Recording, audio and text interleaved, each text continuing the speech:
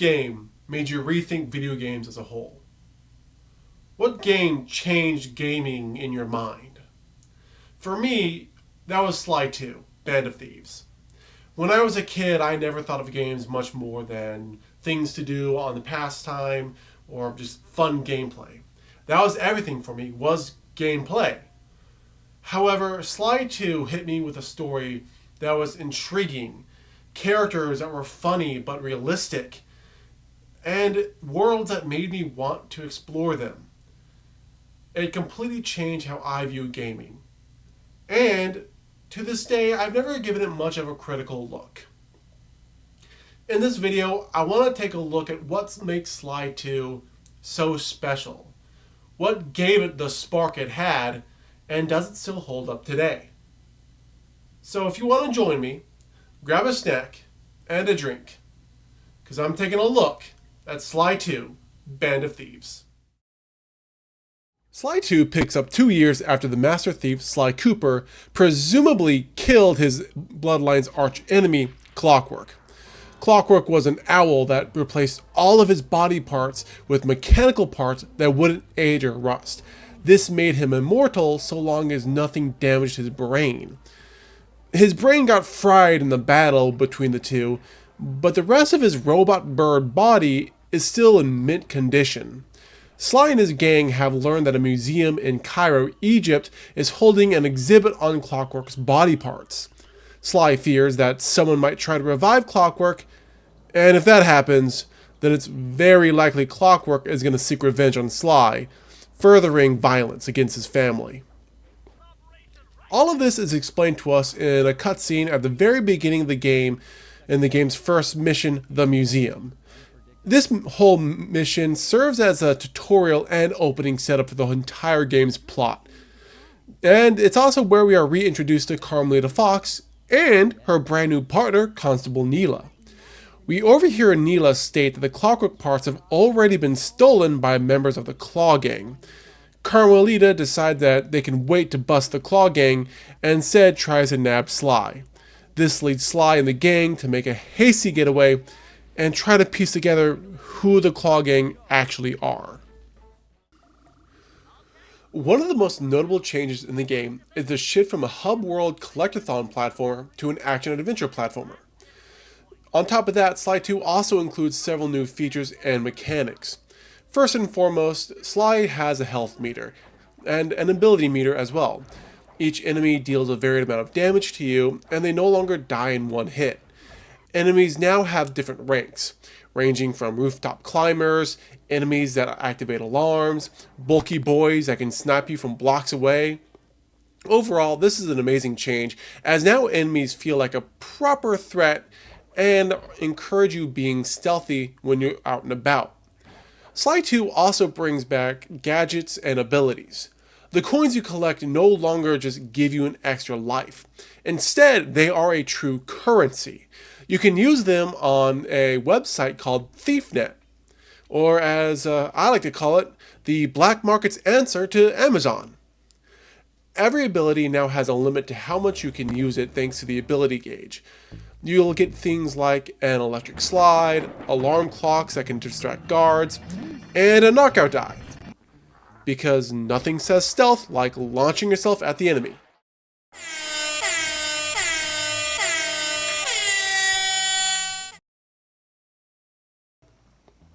The best abilities, though, have to come from the secret safes in each hub world. Returning from Sly 1 are the clue bottles. There are 30 in each world, and once you collect all of them, you can crack open a safe hiding somewhere in the world. It's super fun to actually try and get these little guys. I actually enjoy finding these things more than some of the missions in the game, and I think they're a great addition to keep in. As I mentioned earlier, Sly 1 was a collectathon, whereas Sly 2 is more action-adventure. In Sly 1, each area had about 7 or 8 replayable levels connected to a central hub world. You could run around in them, but there wasn't really much going on, and there wasn't much to do in those hub worlds other than get to the main missions. Sly 2 changes that in a very big way. The game is split into 8 episodes, each one in a unique, fully explorable location where the missions take place. These aren't just backdrops either. Guards patrol both streets and rooftops, and every area feels like it was handcrafted with players in mind, while also still being believable that other characters other than Sly or the player could be there. And as I mentioned earlier, there are clue bottles and even hidden treasures. This adds so much exploration value to the world, as now you have a reason to walk around in it. Each location is inspired by a real-world place, but it's stylized right out of a 90s or 2000s action cartoon. The game looks really good, and I really like the fact they changed the whole setup of how the game is built. It's really, really nice. Now, while any game can have good locations and art, they mean nothing if the gameplay is trash. So, how is Sly 2's gameplay? It's actually really good. All three members of the Cooper gang, Sly, Bentley, and Murray, are playable, and they're playable at your own free will. Sly has all the same moves he did have in the first game, but his moveset has been tweaked a bit. He's faster than before, jumps higher, and can now sprint if you hold down R1. Sly's most notable gameplay feature of pressing the circle button on blue sparkles to do Master Thief techniques has returned in full. It's just as fluid as ever, albeit sometimes you do latch on to the wrong objects, which can be very annoying in certain segments of the game. Next up is Bentley, the frailest of the group. His gameplay is all about using sleep darts to take out enemies and then dropping a mini explosive on for a one-hit knockout. He doesn't have the agility of Sly, nor does he have the brawn of Murray, but playing as Bentley does feel really good, even if it is a lot more tense. It's a big shift in pace, especially when you have to swap to him for objectives. Bentley is also the tech guy, using gadgets like RC copters, hacking software, and turrets to get the job done, so they use him for a lot of different varied gameplay moments throughout the game. And lastly is the bulkiest of the three, Murray. He's the Cooper gang's resident tough guy. Every enemy, regardless of weight size or type, dies in 2 hits from him. He can pick up objects and enemies and throw them around at others, and he has the most health out of all three. And while he can't do stealthy stuff like Sly, Murray makes the player feel invincible. Oh yeah, tough guy? You wanna go? Come here, motherfucker! Every location has one central goal. Acquire that Claw Gang leader's clockwork part. The main goal is then broken down into a pseudo 3x structure. The Cooper gang arrives at a location, Sly takes a reconnaissance photo, which usually lead into a set of entry missions for that area. Next is Bentley will give us a projector slideshow informing us on what the next set of missions are, in which we do those missions. And then lastly, you then have the big heist, which is when you actually grab the clockwork part. The heist is really fun. You usually have different segments with all three of the Cooper gang, and you also confront the boss in some way, whether it be a boss fight or indirectly. There is some variation in how this is structured, but usually the world still follows some of the same forms and structures as their other episodes, and they don't really deviate from this 3-act structure kind of style. Mission-wise, you're not just racing to the end of the level anymore. Now you have a real objective in every mission, whether it's pickpocketing guards, planting bugs, snapping photos, or just sneaking around. It's easily the biggest shift change from Sly 1, and it gives the game much more of a cohesive, story-driven flow. Instead of just doing levels and getting to the end to fight a boss, you're actually pulling off a heist. The best way to talk about Sly 2 is to go from episode to episode, which of course brings us to episode 1, which is in Paris. The City of Lights, fine wine, and Dimitri. Dimitri is a disco-loving lizard with an art style that is unique to say the least. He's been running a nightclub that's actually a front for a counterfeiting operation. He's using the clockwork tail feathers to print fake money that is so perfect it's impossible to distinguish from real money. As the first episode of Sly 2, Paris does a great job introducing the game and some of the main mechanics. The rooftops are dark and easily traversable, the streets are lit by lamplight, and the club sits dead center like a neon crime castle. Most missions focus on Sly, teaching you the ropes, breaking into buildings, pickpocketing guards, tailing Dimitri, following Neela across the rooftops, and learning the basics about sneaky takedowns. The bugging missions and the nightclub missions, though, steal the spotlight thanks to their vibe. Pulsing music, tightrope sneaking, and intense pressure of trying not to get caught. Since this is the first episode, many people who play it are gonna be new timers, and this does a great job at being a great entry-level episode. And this music. Oh my god. This music is absolute fire.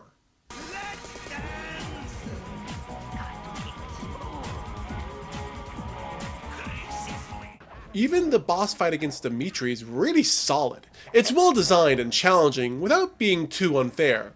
His attacks are very, very well telegraphed, while also being still hard enough to where if you do mess up and get hit, you're gonna pay for it. He's a great boss fight, and I'm really happy he's the first one, because he has such a good personality. You think you can swing the bat? Show your bling and let me shine you. Episode 2 kicks off the Rajan arc, and right away, it shows how Sly 2 ramps up both spectacle and story. Set in a lavish Indian palace during a high society party, this episode is dripping with atmosphere and filled with clever character moments and some of the best writing inside the game. This is where the game really starts blending its gameplay with its vibe of being a heist, as well as also giving us insights into how characters think.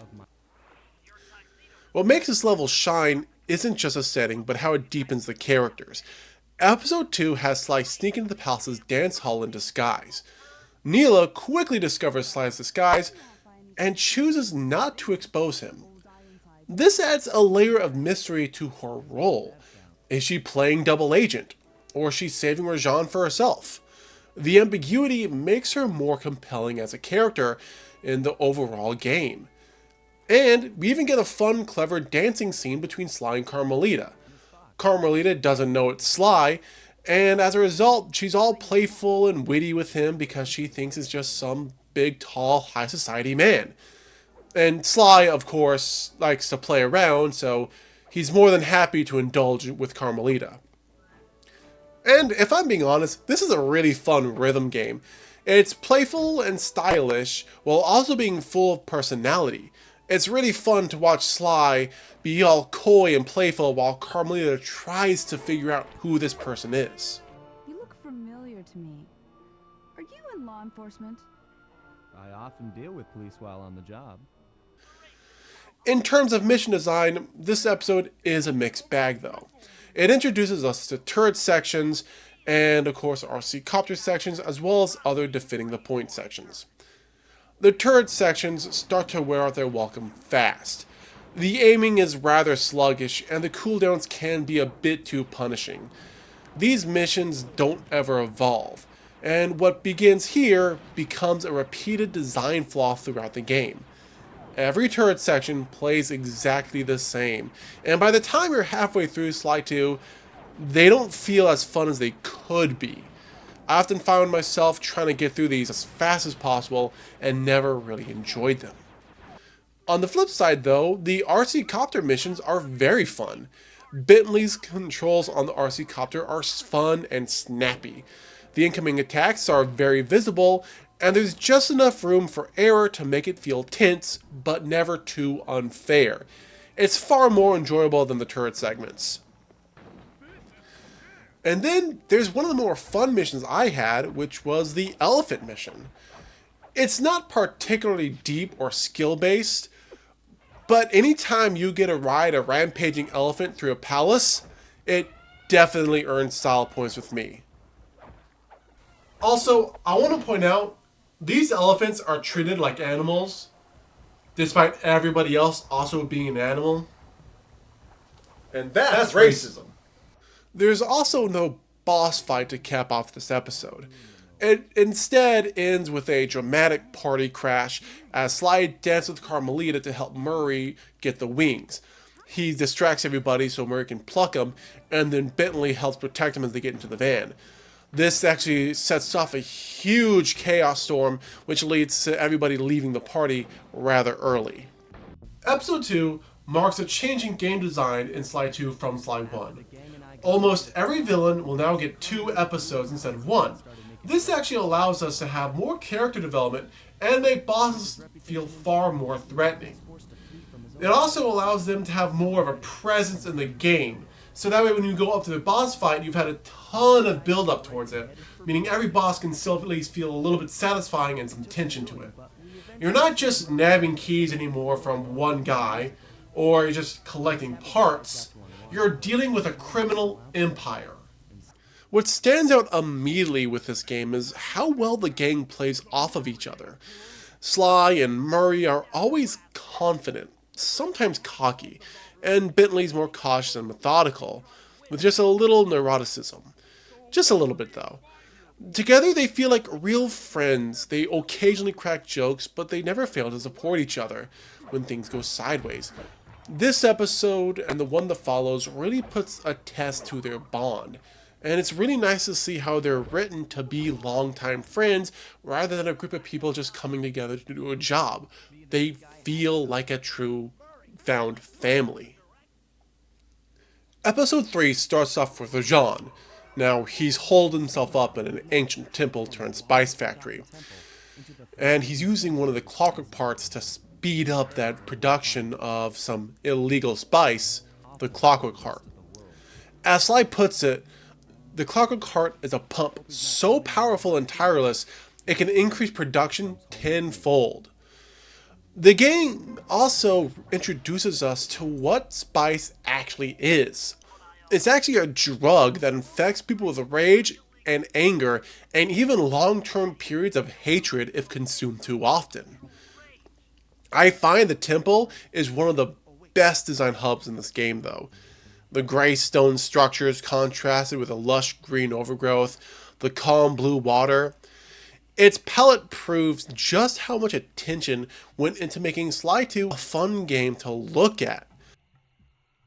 This episode isn't too crazy. You'll be doing some things like bugging Rajan's office with an actual bug, and doing a few TNT segments where you actually can't fight off enemies at all. You have to walk your way there and hope you don't get caught. However, this episode has the best form of tension and the best peak of action. That is its final heist. The gang decides to flood Rajan's operation by blowing the dam wide open. This would flood everything and force Rajan out of hiding. This leads us to a Bentley mission where you're in a turret, which kind of sucks. And then there's also a mission where Sly and Murray team up to deposit some TNT to open up the dam doors and let everything in. Eventually this does cause Rajan to appear, and Neela says she wants to help us. However, once we actually get up to fight Rajan together, Neela reveals her true colors. She ditches him mid-fight, and then Rajan knocks out Sly cold. What follows is one of the best boss fights in the entire series, in my opinion. That being Murray versus Rajan. Rajan is tough, with a capital T. He mixes heavy strikes, electricity, and powerful combos that will punish anyone just button mashing. This fight is raw strength against strength, and it's so satisfying being able to fight him as Murray. He finally gets to step into the spotlight, and he really holds his own. It's a super intense fight, especially if you've been at it for a while. However, there is a big twist to this whole mission and this whole heist, and that comes when Neela returns. She comes back, but not to help, but instead betraying everyone. She brings in her superior, the Contessa, and turns on Sly, Murray, and even Carmelita. using a photo of Sly and Carmelita dancing from earlier as fake proof that she's in on the heist. As a result, Sly, Murray, Rajan, and Carmelita all end up arrested and behind bars. The only person to escape this chaos is Bentley, and with everyone else behind bars, it's up to him to bust them out. It's a huge reveal that, no, Neela isn't on your side.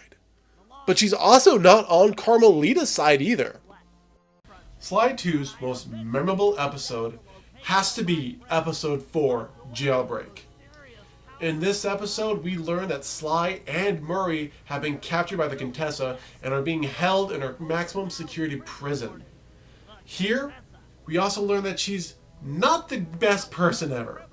She's a Black Widow who is a master of hypnotism, and she's extremely cruel, being able to break the will of any criminal. And on top of that, she's most likely the #1 suspect in her husband's death, killing him so she can collect all of his money and everything he owns.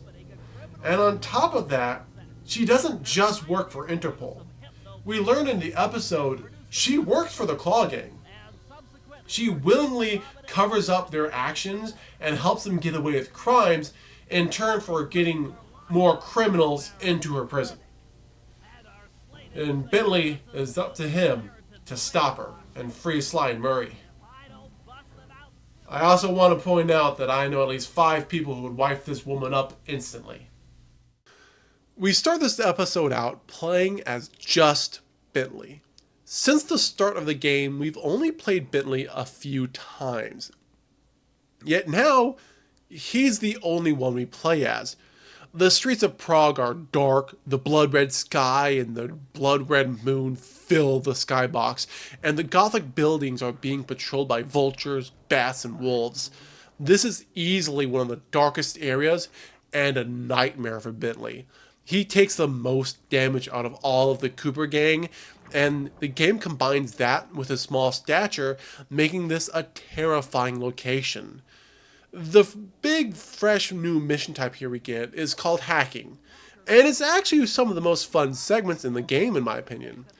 You control a small ship in a large arena, shooting in one direction while moving in the other.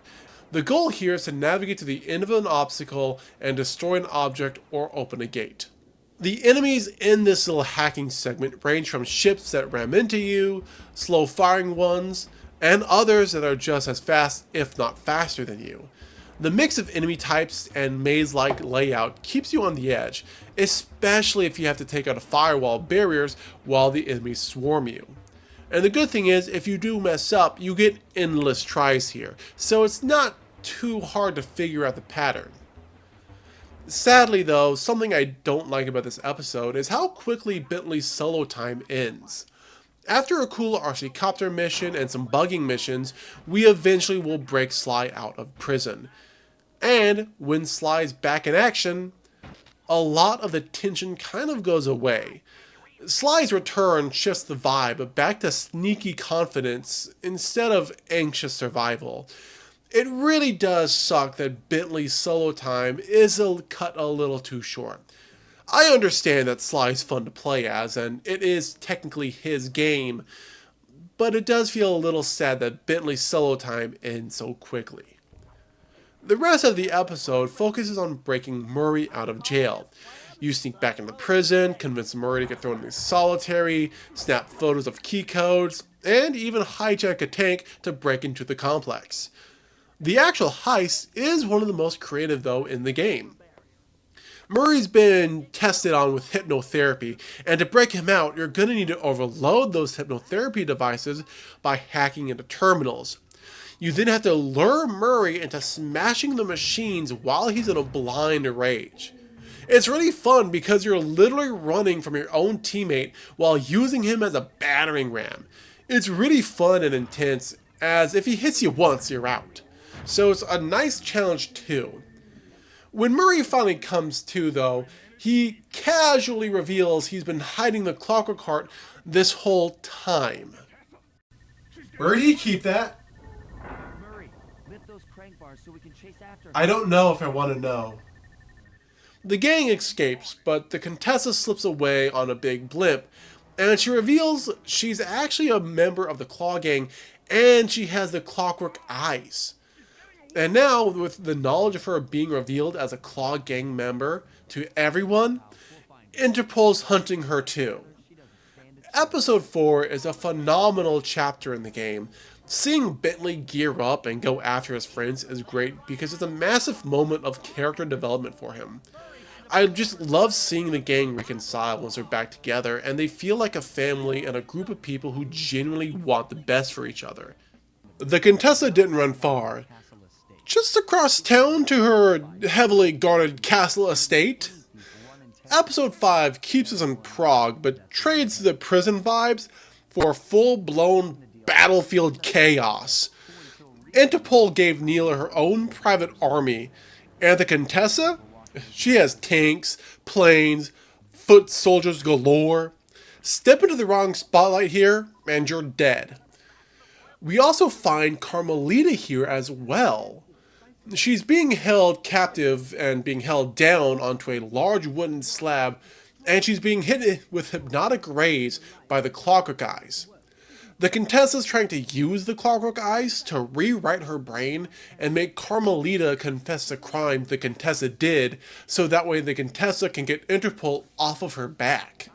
I know for a fact that 90% of my audience would pay good money to be tied down to that machine there. While this episode is filled with a lot of really cool stuff, there's something I really want to talk about in the game that I haven't addressed before, and that's how well Sly 2 does its gradually increasing difficulty. Take Bentley's defense mission in this episode for an example. You're harvesting dark magic from a gargoyle while also trying to prevent enemies from attacking you. A single hit means failure and restart. However, each crypt has 3 to 4 traps to slow enemies down or kill them. Now, not every trap takes out enemies, some put them into sleep, leaving them open for your bombs, but each individual crypt steadily increases while keeping the core rules in place. The game does a fantastic job of just introducing 2 to 3 simple mechanics early on, and then rearranging them in different ways to keep things fresh. This type of design is scattered throughout the game, and Sly 2 nails that type of design. While the difficulty ramps up, the developers make sure each level remains fun and understandable at a core point. While many games will often introduce new mechanics or, make it so players can't make mistakes, Sly 2 gives you breathing room to fail, learn, and improve early on, so that way by the time you get to the final point, you already understand everything the game asks of you.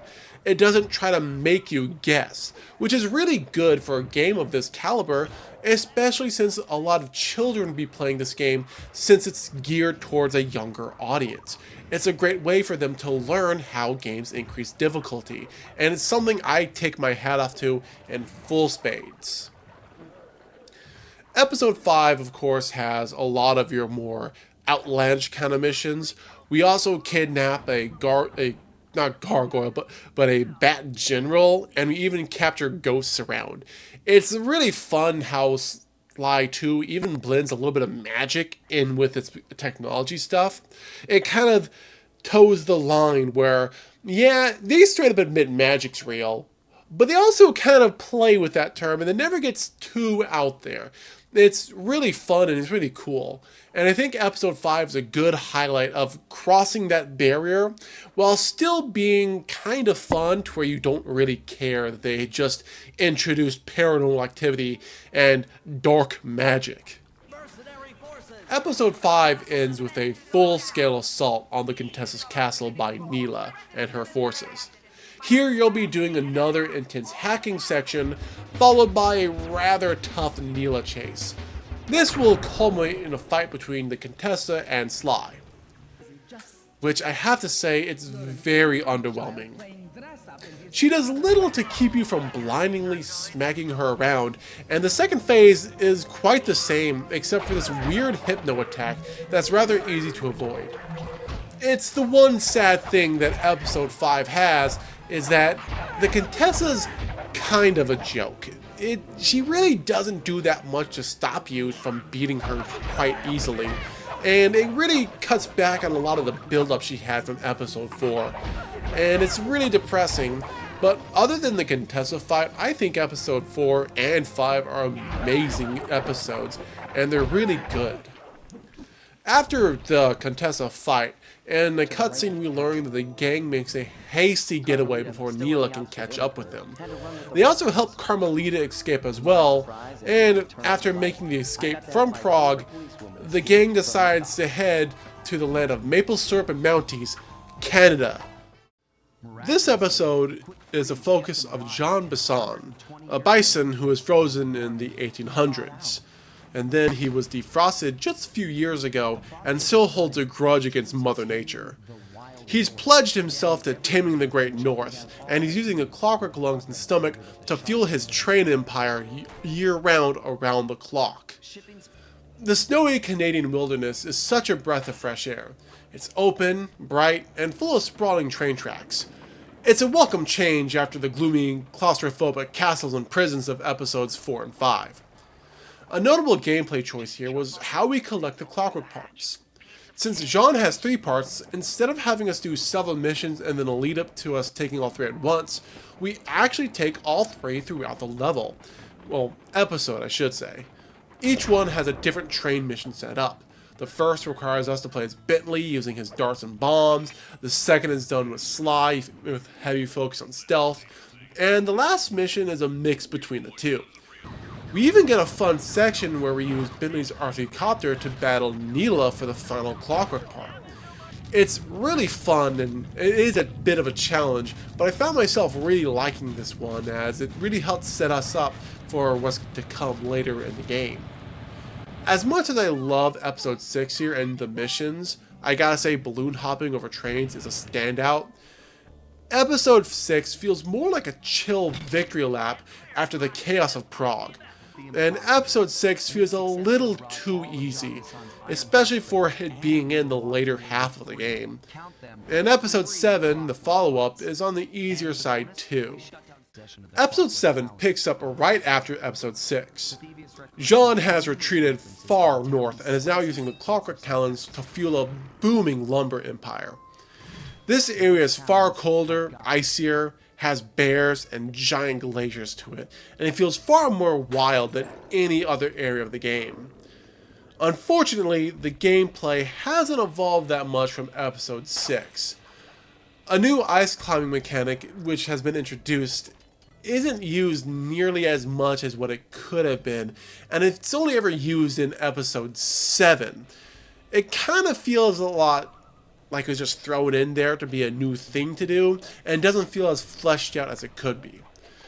It kind of feels like the game is rushing through this section to get us to the finale, and a lot of the missions here just feel like you catching up and trying to find out what Jean and the newly introduced leader of the Claw Gang, Arpeggio, is up to. Which isn't that much, as we don't know what's fully going on. But the heist does spice things up. Jean is hosting the Lumberjack Games to promote business, and he's using the talents as a top prize to lure people in. The gang's plan is to cheat their way to victory. But when the judges keep giving Jean perfect 10s no matter what happens, the crew swaps themselves in as fake judges, which immediately backfires. Jean sees through the ruse, knocks everyone out, and then throws them in a makeshift prison. Gameplay aside, this is a great moment in the story. The gang thought of Jean as stupid, lumbering, and an overall idiot. However, he's a single person who stopped them and was able to find out where he kept all the other parts. And with this knowledge, he sold them all to Arpeggio just to make some money. It's a really big twist, and it's really, really interesting that it happens with Jean and not a smarter or more perceived as smart character. You eventually will have to fight Jean as Bentley. Bentley runs around and calls out Sly to drop traps on him, and his boss fight's alright. Not too intense, but it is fun to actually have to be on the back pedal and constantly try to stop him.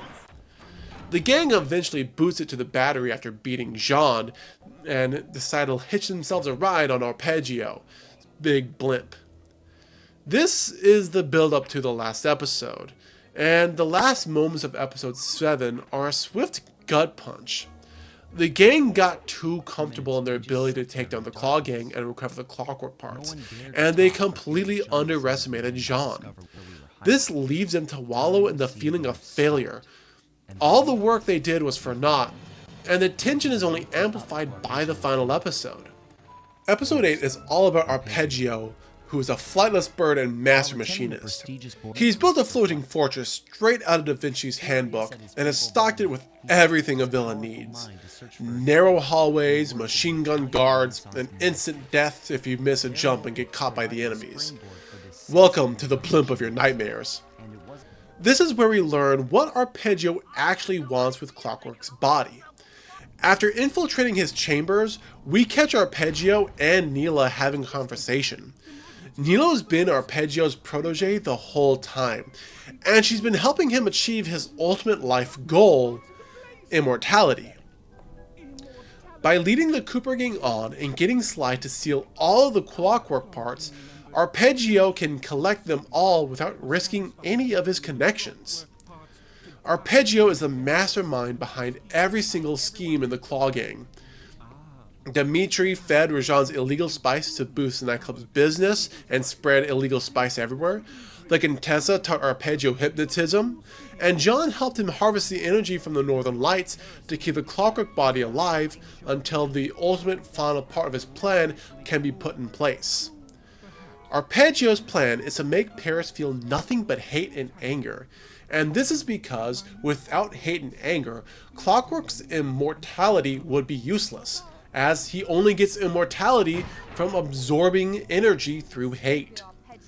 But before Arpeggio completes the fusion, Neela betrays him and fuses herself with Clockwork instead. She then dubs herself Clocklaw. This is a great way to set Neela up as the final boss of the game. We already know what her character is like. She constantly interferes with us. We already have a grudge against her, and she hates us. And on top of that, we've seen her backstab Claw Gang members and police all the time. It's not above her character to backstab people to get what she wants. It's completely believable that she'd do something like this. The rest of episode 8 is dedicated to stopping the blimp before it hits Paris. You'll have to take out all the generators filled with Northern Light energy, as Clocklaw needs them to sustain herself until she can get a simple supply of hate energy. You'll start off as Sly pickpocketing guards in order to open generators, then switch to Bentley to shoot off some bulbs, switch to Murray to slam down on some pistons, and then ultimately destroy every single generator. It's usually the second phase of these missions that are the most fun and challenging, and the ones that add the most interest. Aside from that, there's another stealthy TNT segment with Sly, and then a brief but pretty fun mission where you use a boosted mega jump to activate radio towers to get some help. Thanks to those radio towers, Carmelita shows up and she actually wants to help you. We get to team up with her to fight Clocklaw in an aerial dogfight, and this is by far the longest fight I had in the entire game. Clocklaw has 3 parts: a turret section, scaling her body, and then the final moment. Turret section is easily the hardest, as you'll have to fire Clocklaw at her incoming attacks to prevent taking damage. Clocklaw's missiles are very similar to the ones you've previously dealt with, and they deal a decent damage, but as long as you shoot them down, you won't have any problems with them. She does have the electric ring Clockwork had in Sly 1, and if you don't shoot them open before they hit you, you're gonna lose a massive chunk of health. After dealing enough damage to Clocklaw, she'll eventually decide to go towards Bentley and Murray, and it's up to you to chase after her in order to save them. This is a rather straightforward platforming section, allowing Sly to bash Clocklaw's head in a similar way he did in Sly 1 to Clockwork.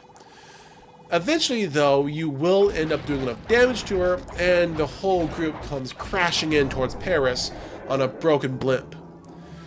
In this section, Murray has to forcefully open Clocklaw's jaws in order to grab something called the hate chip. However, as he's opening them, Bentley decides he needs to snag it because he's the only one small enough to fit in Clocklaw's mouth. After grabbing the most crucial piece of clockwork, the hate chip, just before they escape, Bentley gets absolutely crushed by the jaws, forcing Murray to rescue him before Clocklaw explodes. And once Clocklaw explodes, this leads us to the final cutscene. We see that even after the explosion, all of the clockwork parts are still in pristine condition. Neela didn't survive, sure, she got destroyed, but everything else is fine. Once Carmelita arrives out of the helicopter, she wants to see the hate chip. And she decides to stomp on it and destroy it. And without that last piece of clockwork, that central piece of hate, all of his parts rust and turn to absolute dust. And then, when the cops show up, Sly wants to make an escape, but unfortunately, I don't think that's going to happen. Bentley and Murray are in very bad shape, so Sly decides to do the last thing. He turns himself into the cops, so that way Bentley and Murray can escape. And he lets Carmelita arrest him. That noble act lets Carmelita get reinstated as an officer and even clears her name. However, this segment only lasts for so long, as once they're up in the air, Sly finds a way to escape thanks to the help of his friends.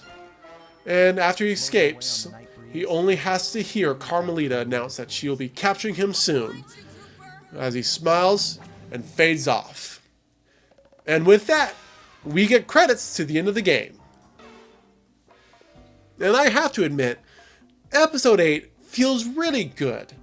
I gotta say, the final boss fight with Clocklaw is a little long, but only because they're trying to build up so much story stuff, and I really didn't mind. And I gotta say, the idea that Clockwork will still stay around as long as there's hate, is yet making everything based off that small little chip, really interesting.